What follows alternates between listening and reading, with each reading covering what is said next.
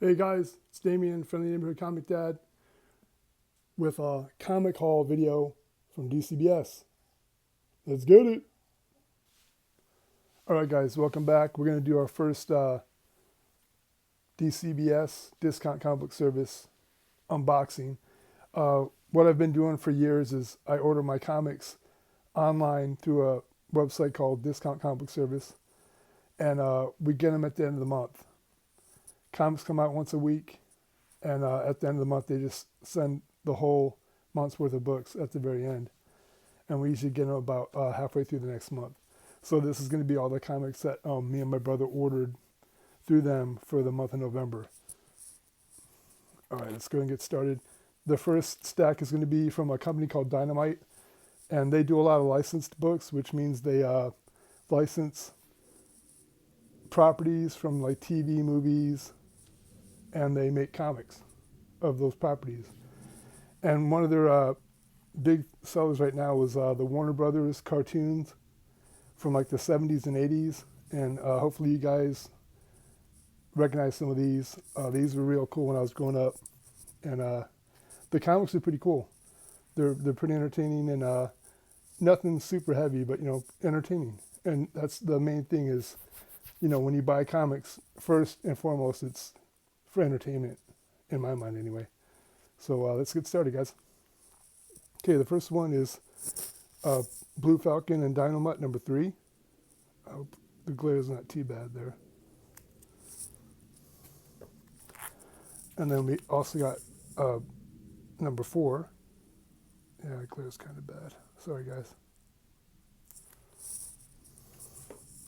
Okay, next up is another 70s Hanna-Barbera classic, The Herculoids. This is actually the final issue. It went for 10 issues. It was a pretty good story.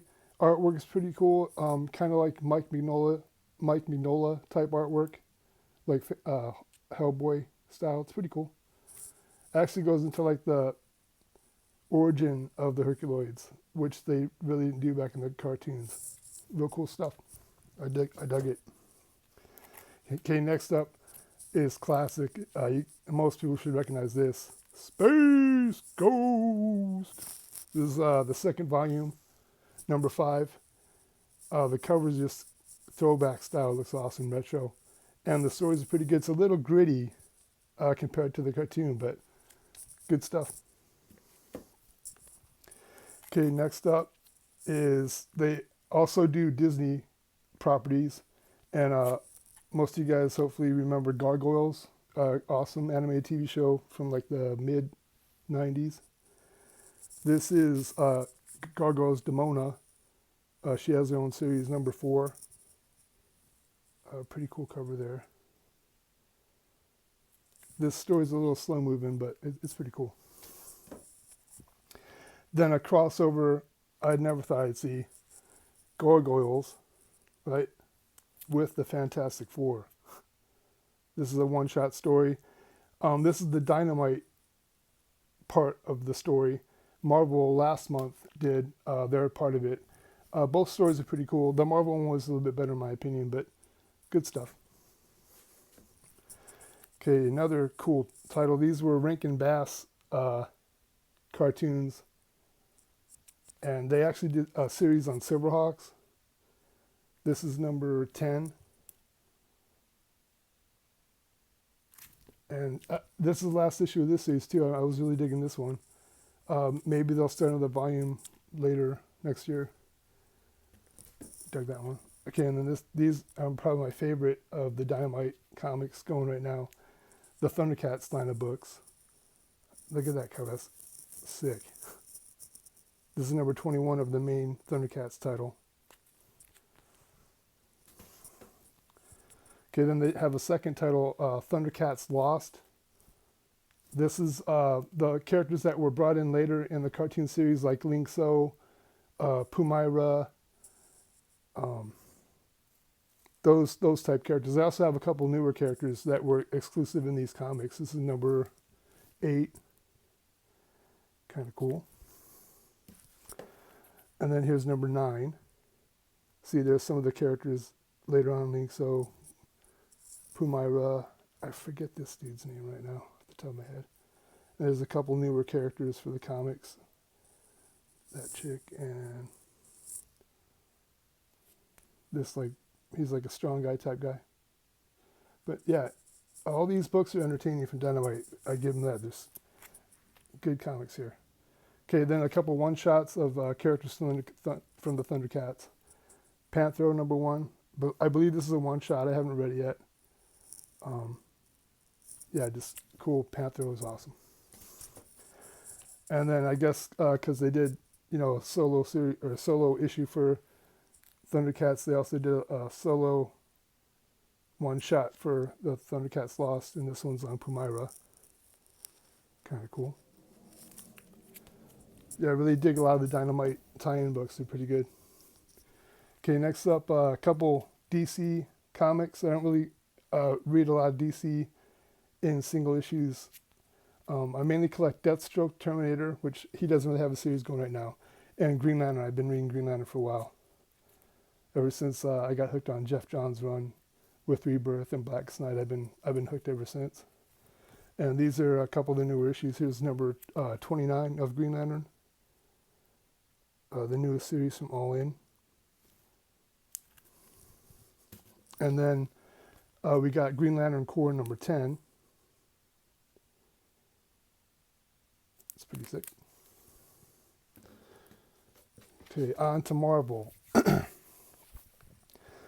My favorite Marvel properties are like Thor, X-Men. I mean, I go full bore on X-Men. And right now they're doing a big event for X-Men. It's called Age of Revelation. And it's pretty much a 10-year in the future storyline where Apocalypse is no longer on Earth. He bequeathed his powers and mantle to a mutant named Cypher, who's really kind of a low-powered mutant, but because he's got, some of these powers from Apocalypse, he's taken over the world. Anything he says is pretty much law. He's very powerful. So I'm still kind of digesting what's going on in the stories, but it's like every month is 18 or 19 books of this storyline, and this is this month's issues. Okay, first up we have Amazing X-Men number 2. I believe this event's running for 3 months, and all these issues take place, like I said, 10 months or 10 years into the future of the regular continuity of the X books. Here's Binary number 2. Okay, then we got Long Shots. This is kind of a Mojo, if you guys know who Mojo is. This is like a Mojo-related book. Then the first issue of this I really dug. Laura Kinney, who's X-23 in the movies and stuff, I guess 10 years in the future, she's codenamed Sabretooth now. And she's actually sided with Revelation against the regular mutants. That's number 2 of that. Okay, then we got Unbreakable X-Men. This one features mainly Gambit and Rogue and a few of the other mutants. It's pretty good. Some of these books are good, some are kind of so-so, but I'm a completist, so I take the good with the bad. Okay, next up we got Rogue Storm number 2. It's a pretty sick cover. Gambit. Okay, next up is Iron and Frost. This has to do with Iron Man and Emma Frost, the White Queen. Okay, then we got Sinister 6, this is pretty good one. It's Mr. Sinister puts together a team to do his bidding and go up against Revelation and his plans. It's pretty cool. I dig this one too. It's pretty good. Okay, this one is called X-Men Book of Revelation number 2. This one focuses pretty much on Revelation, Cypher, and what he's doing, what his plans are and stuff for this world he's got going. Okay, next up, Omega Kids, there's a lot of these guys. There's like 18 or 19 of them. Omega Kids number 2. This one's decent. It's, it's one of the lower tier ones, but like I said, I completed this, so. Okay, then we got The Last Wolverine number 2. And this one's a trip. I don't want to get too spoily, but in the 10 years of Age of Revelation future, Wolverine is now an assassin for Revelation. Pretty much whatever Revelation says, you have to do. His word is, he can control people, he can take away your powers, he can make you not be able to talk. I mean, all kinds of cool stuff. And in Wolverine's place is a character called Wendigo. And Wendigo takes over the mantle of Wolverine in this series. It's kind of cool. I dig it. You got some Nightcrawler action going on too. Pretty tight. Okay, next up we have Radioactive Spider-Man number 2. This one's pretty cool. Another part of the storyline is there was a gene bomb that Revelation unleashed, and it wiped out millions of humans. And the humans that it didn't wipe out turned them into mutants. Or mutated superhumans further. Okay, so like Spider-Man, he's got extra limbs and stuff now. It's a trip. This one's a good one too. Okay, this one's a good one too. Undead Pool number 2. It's like Marvel Zombies, but Deadpool, and he has to feast on mutants to be able to think clearly, or he turns into like a raving zombie. It's a trip. It's pretty good. Okay, next up, still in Age of Revelations, guys.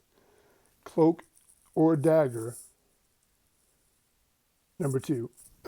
This one's kind of a trip. There's supposed to be a team in regular continuity, but in this one, sometimes it's Dagger, and then she swaps places in this reality, and Cloak takes over. They can't exist at the same time.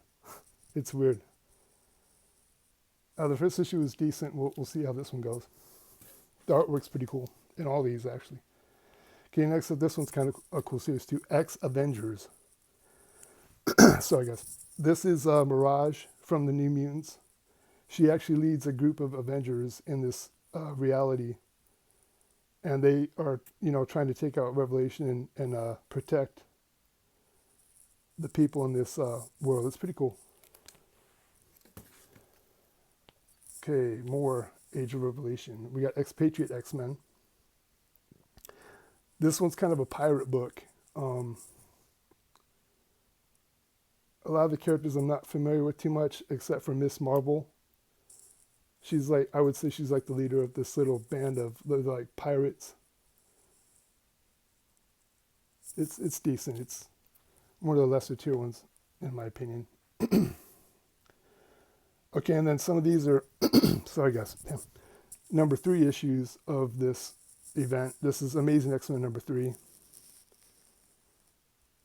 This one's one of the better titles in this event. Then we got Binary number 3. The Phoenix Force, and that one's kind of cool looking. And then here's the 3rd issue of Laura Kinney Sabretooth going up against Apocalypse. Pretty sick. Okay, and that was it for Age of Revelation. That's a lot of books. It's kind of hard to keep track of what all's going on in that event. But like I said, there's a lot of good, there's some bad, but I'm in for it all. It's overall entertaining. Okay, next up is X-Men of Apocalypse. This is the number 1. I'm not too sure what this one's about. It's got some of the characters from an event way back in the 90s called Age of Apocalypse. And I'm guessing some of this stuff is in regular continuity. I'm not sure. I got to check it out and read it, but excited for that one. Okay, then we got a pretty cool one here. Godzilla fans, you guys might dig this one. This is the 5th issue. I think it's the 5th and final issue. I haven't read any of these yet, but it's Godzilla versus the Marvel Universe. And all the covers of these have been sick. I gotta shut down number two. So I didn't order it, so I gotta shop locally and try and find the number two before I can read these. But I think it's a 5-issue miniseries, and this is the fifth and final one. Okay, next up we got Spirits of Violence. This is a Ghost Rider related book. It's got Danny Ketch Ghost Rider, Johnny Blaze Ghost Rider, and Helverine, which I think is a pretty cool character. Some people rag on it, but it's a blend of Ghost Rider and Wolverine. It's Wolverine's son, Dakin, gets possessed by a spirit from Mephisto's realm, and he's called the Helverine. He's got fire claws and pretty sick right there. I dig it. Good stuff. Okay, next is we got some Punisher related books. This is Punisher Red Band number 3. And the deal with this book is Marvel's been doing Red Band miniseries for a couple years now. And it's basically, it's too violent, for regular readers. So they polybag it, and you have to buy it and cut the bag, and then you can read, it's not for kiddies. It's been a cool story so far. Benjamin Percy's writing it. I forget the art, but it's real gritty, real good stuff. Basically, Punisher wakes up on a boat, and he's like amnesia. He doesn't know who he is, but he's still got all his skills. So he's gunning down gangsters and all this stuff. And at the end of the issue, you find out that Kingpin kidnapped him and implanted some kind of chip in him to where he has to do what Kingpin says. So the issues after that pretty much detail what's going on. And this is number 3. I can't wait to read this one. It's a good one. Okay, next up is from Marvel Knights. It's another little imprint of Marvel. Like Red Band, it's kind of its own continuity. This one's Punisher number 2. This is by Jimmy Palmiotti's pretty good, gritty crime writer. And Dan Panosian does the art. Dan Panosian really doesn't do a lot of interiors. He's mainly a cover artist. So to get some storytelling from him is pretty sick. And, it's just good, gritty stuff. Okay, Daredevil and Punisher number 1. What a sick cover. That's another major property I read is Daredevil. I'm a big Daredevil fan too, so I got tons of that. When I start doing some room tour and videos like that, I'll show you what I got. It's awesome. Daredevil's awesome. But there's no more to this, and looking forward to checking this out and seeing what this is all about. Okay, next up is Marvel and DC teaming up to make one-shot comics. Last month, it was Deadpool versus Batman, and that was totally done by Marvel and their creatives and stuff. They put together their one-shot story. And this one is DC's version. This is a variant cover. This isn't the regular cover. I got this because of Punisher. It's Punisher and Batman. Batman's creeping up on Frank Castle, and Castle knows he's there. It's sick. I got that one just because of the cover. Hopefully it's a good read. Okay, coming up to the end of my floppies here. I got a couple left. Floppies mean single issues, single comics. Okay, next up is The Undead Iron Fist, number 3, my bad.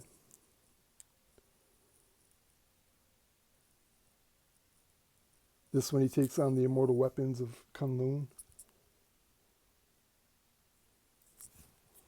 That one's been okay.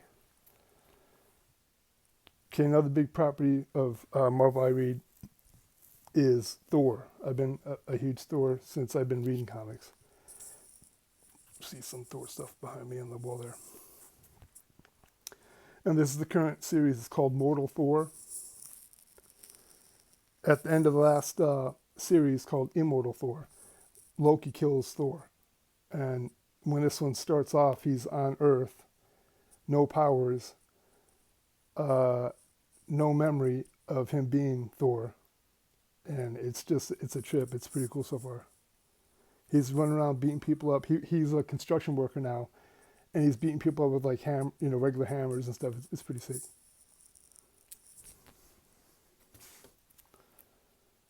Okay, then last is the Ultimate Universe. That's another little universe that's going on in Marvel Comics, and this is Ultimate Wolverine. I wasn't really collecting this book. My brother Dion was collecting it, and I got the series from him, and I've just been keeping up on it. It's pretty decent. It's its own little self-contained story. Not too bad.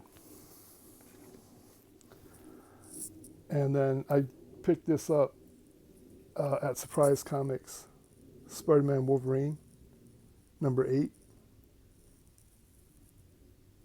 The artwork reminds me of like McFarlane, and the storylines, it feels like a 90s comic.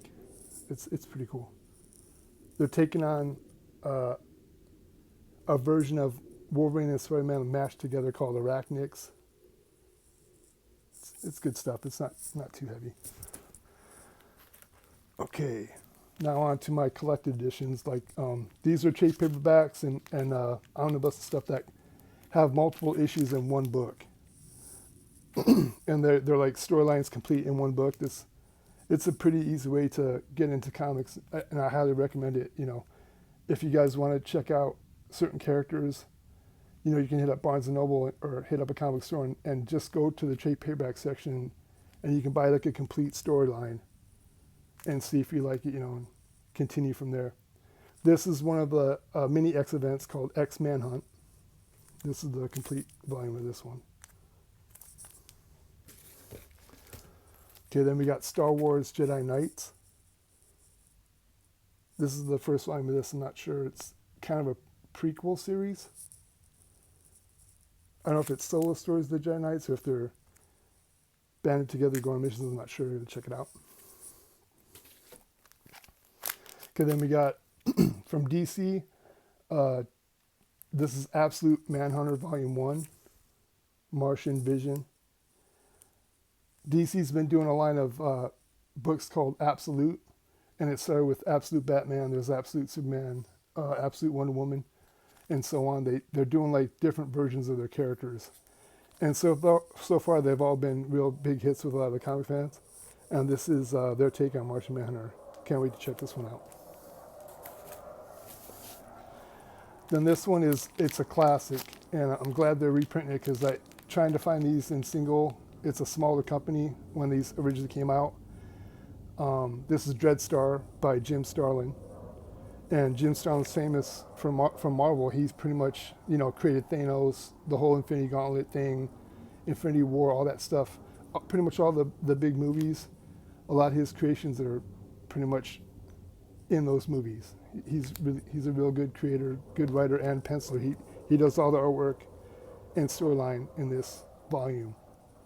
And I mean, think like Star Wars, little bit of Thanos related type stuff in here. It's pretty cool. It's I highly recommend it. Self-contained. Yeah, it's good stuff. If you guys can track this down, it's about $40 retail. That's another cool thing is when you order through DCBS, you get discounts. That's why we do that. We get like 40% off these cover prices and stuff.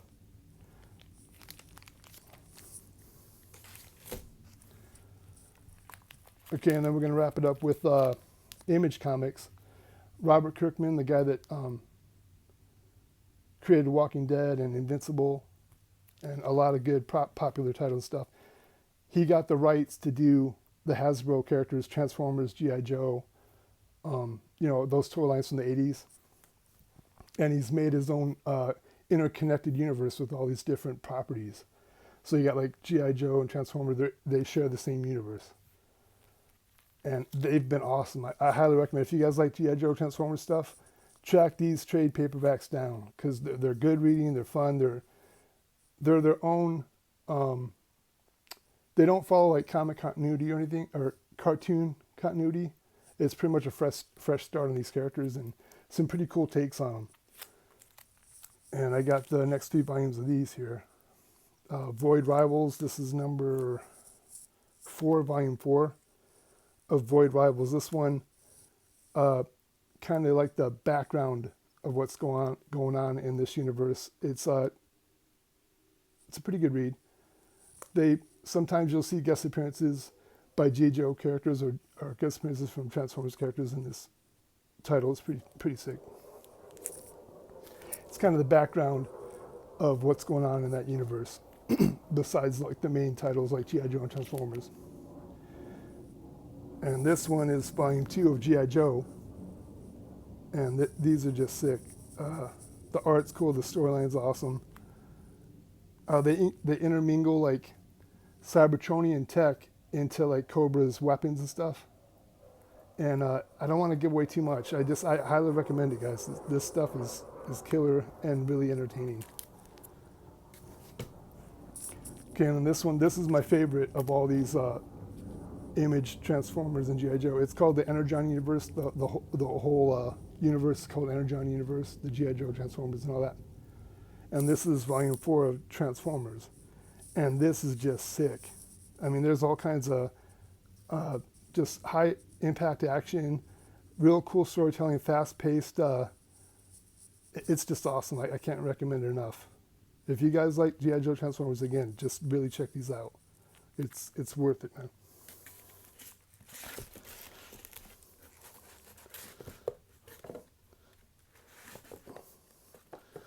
Okay, that was it for my load of books from DCBS for this month. I'm going to go in and show you what my brother gets. With his permission, he said it was cool. Okay, this is G.I. Joe number 26. This is a reprinting of the original Marvel issue from the 80s, but it's like a foil cover. And I guess every month they're going to pick a classic Marvel issue and reprint it and give it a cool foil cover. And this is the latest of those.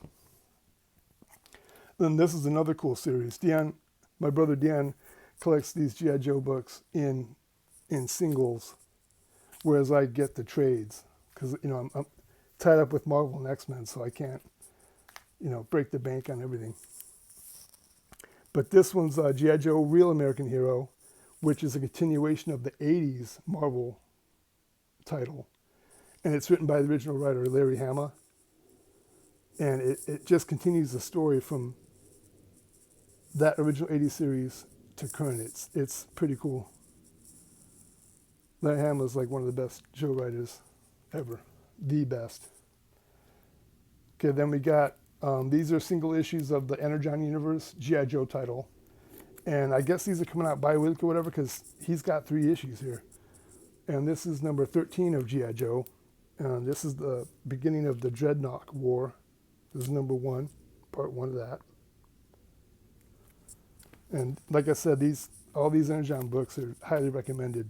Josh Williamson's the writer. Tom Riley does the art, and they're just awesome. I can't recommend it enough. This is number 14, and this is Dreadnought War number 2.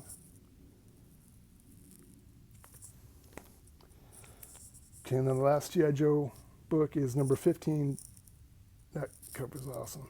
Dreadnought War number 3 of 5.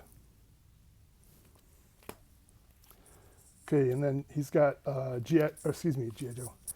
My bad, I get a little nervous shooting these videos, guys. Bear with me. Hopefully I'll chill out as I'm filming these. Appreciate you guys sticking with me through all this crap. Transformers number 26.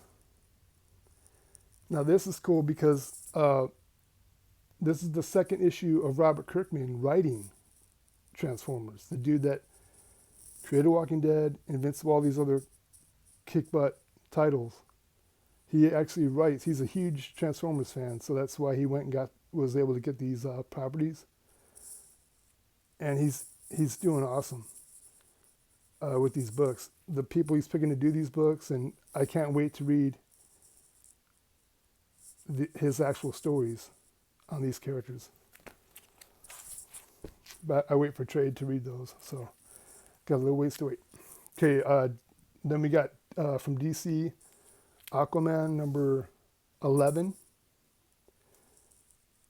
That's a DCKO tie-in. DCKO is a big event that DC is doing right now, and this ties into that event.